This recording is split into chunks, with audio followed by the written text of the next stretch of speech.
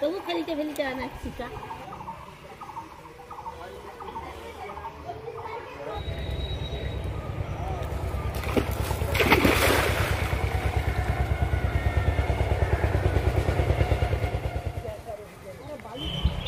পালিয়েছে মনে হয় যে পাল্লা আছে আছে আছে আছে একটু মিডিয়াম পড়ছে আর কি। গত বছর পুকুরটা মারা হয়েছিল বলেই কিন্তু তেমন কোনো মাছ আর ছাড়া হয়নি। এই লাইলন টিকা, তেলাপিয়া আর রুইয়ের এক প্রজাতি আর কি, এই 3 ধরনের মাছই ছাড়া রয়েছে। আর রুইগুলো খুবই ছোট, এখনও মানে এক চাকরের মতো হয়নি, আর মোটামুটি খাওয়ার মতোই তেলাপিয়া লাইলন টিকাই হয়েছে। নেহাতি যখন আমাদের বা কাকিমাদের বাড়িতে মাছ টাছ থাকে না, তখনই এই পুকুরে একটু জাল টাল ফেলে একবেলার মতো ব্যবস্থা করে নেওয়া হয় আর কি। আর আমাদের বাড়ির পুকুরে মাছ রয়েছে, ওই পুকুরটা বন্যার পর মারা হয়নি, তার জন্য এখনও বন্যার মাছ ওখানে রয়েছে। দারুণ দারুণ, বেশ দারুণ। গিয়ে আবার একটা পুঁটি। তো এই যে জেলে বাবু 4 বার জাল ফেলে এই 2টো তেলাপিয়া ধরেছে আর কয়েকটা পুঁটি ধরেছে। এই যে এখনও জাল ফেলবে বলছে, কি পায়। এবছর কিন্তু অন্যান্য বছরের তুলনায় খুব একটা ভালো কাঁঠাল হয়নি। গত বছর তো তোমাদের দেখিয়েছিলাম এত ভালো কাঁঠাল হয়েছিল, অন্যান্য বছরও ভালোই হয়, আর এবছর দেখো অনেক কমে গেছে। ওই যে বন্যাটা হয়েছিল না, গাছের গোড়ায় জল লেগে গেছিলো, তার জন্য মনে হয় গাছটা একটু দমে গেছে। আর এবছর এঁচড়ও খুব একটা বেশি কাটা হয়নি, মাত্র 2টো মতো কাটা হয়েছিল। আর এই যে এগুলো রাখা হয়েছে পাকার জন্য। গুড মর্নিং বন্ধুরা, সবাইকে কুমড়ো ফুলের শুভেচ্ছা জানিয়েই সকালটা শুরু করলাম। আশা করি তোমরা সবাই খুব ভালো আছো। নতুন আরেকটি ব্লগে তোমাদের সবাইকে স্বাগত। নতুন দিন নতুন সকালের সাথে চলে এলাম বন্ধু তোমাদের কাছে। খুব সকালে একজন কুমড়ো ফুল বিক্রি করতে এসেছিল, তো কিনে নিয়েছি। ভাবলাম তোমাদের সবাইকে কুমড়ো ফুলের শুভেচ্ছা জানিয়ে ব্লগটা স্টার্ট করি। তো চলো বন্ধুরা, সঙ্গে থাকো, পরপর কী করছি তোমাদের সঙ্গে শেয়ার করতে থাকবো। কন্টিনিউ করো ভিডিওটা। আর হ্যাঁ, যে কোনো একগুচ্ছ ফুল হাতে থাকলে তো ভালোই লাগে, তবে কুমড়ো ফুল মানে এক্সট্রা পাওয়ার। চলো তোমাদের সঙ্গে শেয়ার করবো কুমড়ো ফুলের বড়া। কি এসছে বাবা, আবার বড় একটা তেলাপিয়া।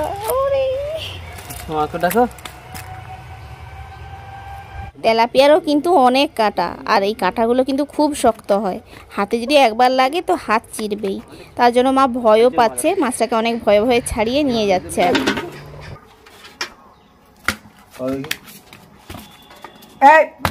এ আমার গলুর অবস্থা দেখো, দেখো দেখো, ছাড়া ছাড়া ছাড়া, গলুকে দেখো, গলুটা দেখো।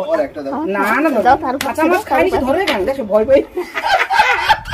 গলু গলু, এই কাঁচা নেই খেয়ে কেন? না, কাঁচা খাইনি, এটা কাঁচা না। যাও দা, লাস্ট পর্বে একটা পড়ছে, লাস্টেটাই বড়। বর এখনও জাল ফেলছে, মা আর কাকিমা চলে এসছে মাছ কাটতে, কারণ বেলা তো হয়ে যাচ্ছে, এবার রান্না বান্না করতে হবে। আর মাছ পড়বে কিনা ঠিক নেই, কারণ অনেক কষ্ট করে জাল ফেললে এই 1টা 2টো করেই আসে। যাই হোক, একবেলা করে সবার ঘরেই হয়ে যাবে, আমাদের আর 2 কাকিমার বাড়িতে। মা তেলাপিয়ার আঁশ ছাড়িয়ে পাখনাগুলো কেটে দিয়েছিল, তখন ছোটো কাকিমা বলল পিস করবে। তো যাই হোক, 2জন মিলেমিশে করছে, আর বড় কাকিমা এসে পুঁটি মাছগুলোকে কাটছে। তো দেখো, মোটামুটি মাছ কাটা প্রায় শেষই হয়ে এসছে। এই যে ভাগ করতে বসে গেছে 3জন, 3জনের ওই বানরের পিঠা ভাগের মতো হচ্ছে।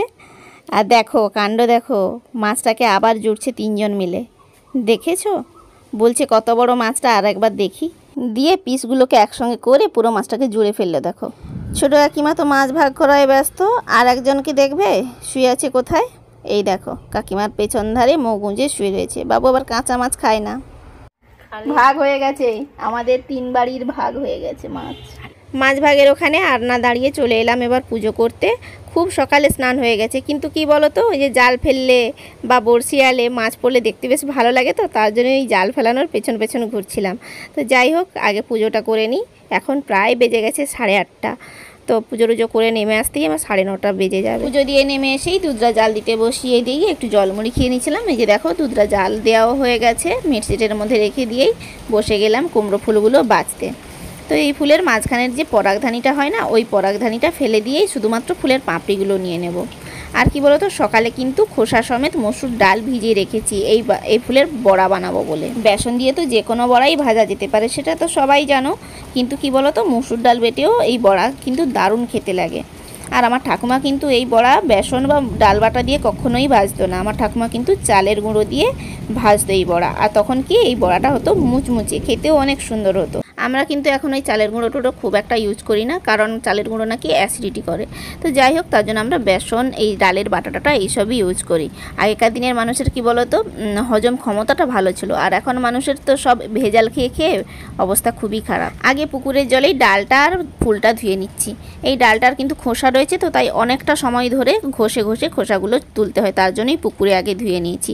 এসে ভালোভাবে কলের জলে ধুয়ে আবার বাটা হচ্ছে। এই যে মিক্সিতে দিয়ে দিয়েছি। প্রথম ডালগুলো দিয়ে একটু জিরে, গোটা জিরে আর কাঁচা লঙ্কা এই দিয়েই আগে বেটে নেব। এখন তো অনেকটাই বেলা হয়ে গেছে, তার জন্য আর এই ডাল বাটতে আপাতত শিলটা ফেলালাম না। শিল ফেলিয়ে ডাল বাটতে কিন্তু অনেক সময় লাগে। যদিও শিলে বাটলে তার স্বাদ আলাদা হয়, কিন্তু কিছু করার নেই, এখন অনেক সময় হয়ে গেছে। তো ওদিকে রান্নাবান্নাও করতে হবে, শুধুমাত্র এই ডাল বাটা নিয়ে পড়ে থাকলে তো হবে না। মা এইমাত্র স্নান করে এসে একটু খেয়ে নিয়ে আবার আমার সঙ্গে হেল্প করছে। তো যাই হোক, চলো, এই যে ডালটাও বাটা হয়ে গেছে। এবার মা ওই যে পেঁয়াজ কুচিয়ে দিয়েছে। এখানে রান্নার জোগাড় করতে করতেই কিন্তু আমি উনুনে ভাতটা বসিয়ে দিয়েছিলাম। তো ভাতটা হয়ে গেছে, উপর দিয়ে দিয়েছি। এবার যাব এই যে প্রথম বড়াটা ভাজবো, কারণ বড়াটা ভাজার পর মাছ না ভাজলে ওই যে মাছের একটা আষ্টে গন্ধ না এই বড়ার মধ্যে চলে আসবে। তার জন্য সবসময় আমি চেষ্টা করি আগে ভাজাভুজিগুলো করে নিতে, তারপর মাছের যে কোনো পদ করতে। তো যাই হোক, দেখো এই যে এই মাছ পেয়েছি আমরা ভাগে। তো যাই পেয়েছি একবেলার মতো যথেষ্ট। ওই যে দেখো ছোটোবেলাতে ঢ্যাঁড়সগুলো রয়েছে, ওগুলো কিন্তু ঢ্যাঁড়স সেদ্ধ। আমার ঢ্যাঁড়স সেদ্ধ খেতে প্রচুর ভালো লাগে, ভাতে দিয়ে দিয়েছিলাম। মা আর বর খুব একটা পছন্দ করে না ঢ্যাঁড়স সেদ্ধ খেতে, আর আমি কিন্তু আমার বাবার মতো, আমার বাবা প্রচুর পছন্দ করে ঢ্যাঁড়স সেদ্ধ খেতে। তো ওই রকম আমিও সব মাখা মানে সেদ্ধ সব খেতে পছন্দ করি, বা একটু চচ্চড়ি টচ্চড়ি হলে আমার পছন্দ হয়। আর মা আর বর দুজনই ভাজাভুজি খেতে বেশি পছন্দ করে।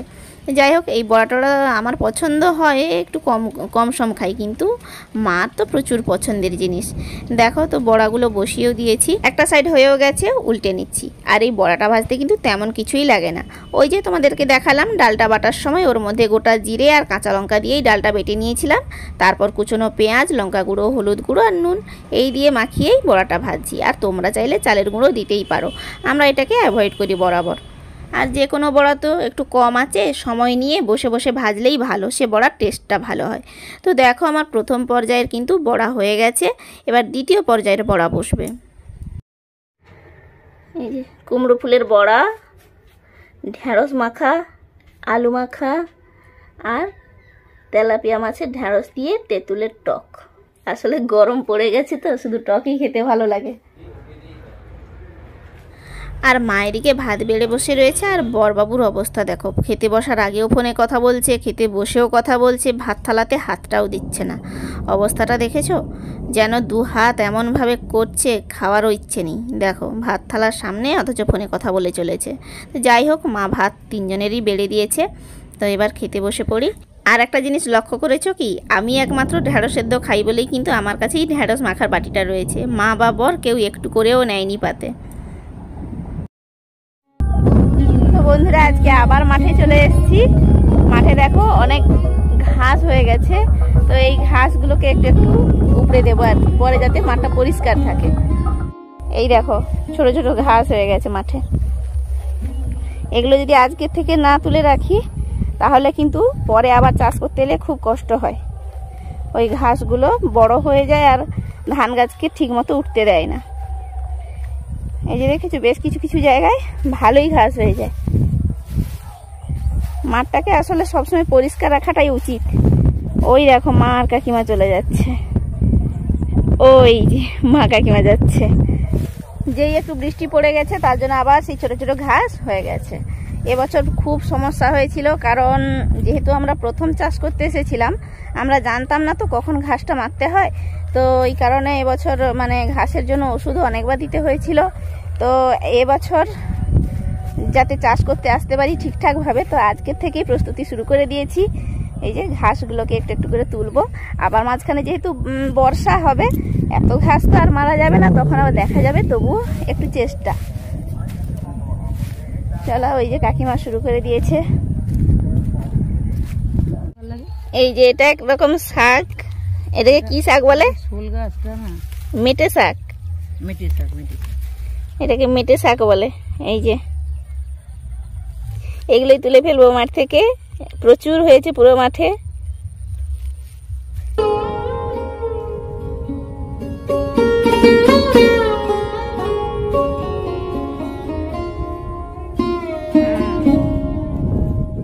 পরন্ত বিকেলে সূর্যের অস্ত যাওয়ার সময় হয়ে এসেছে। এত সুন্দর লাগছে পরিবেশটা, মানে আমি ঠিকঠাক বোঝাতে পারছি না তোমাদেরকে। এই যে এটাকে শুষ্নি বলে, জানো সবাই। এইটা কিন্তু চাষের জন্য খুবই ক্ষতিকারক। এটাকে এইভাবে গোড়া থেকে উপড়ে ফেলা উচিত এখন। এই যে বড় বড় শুষ্নি।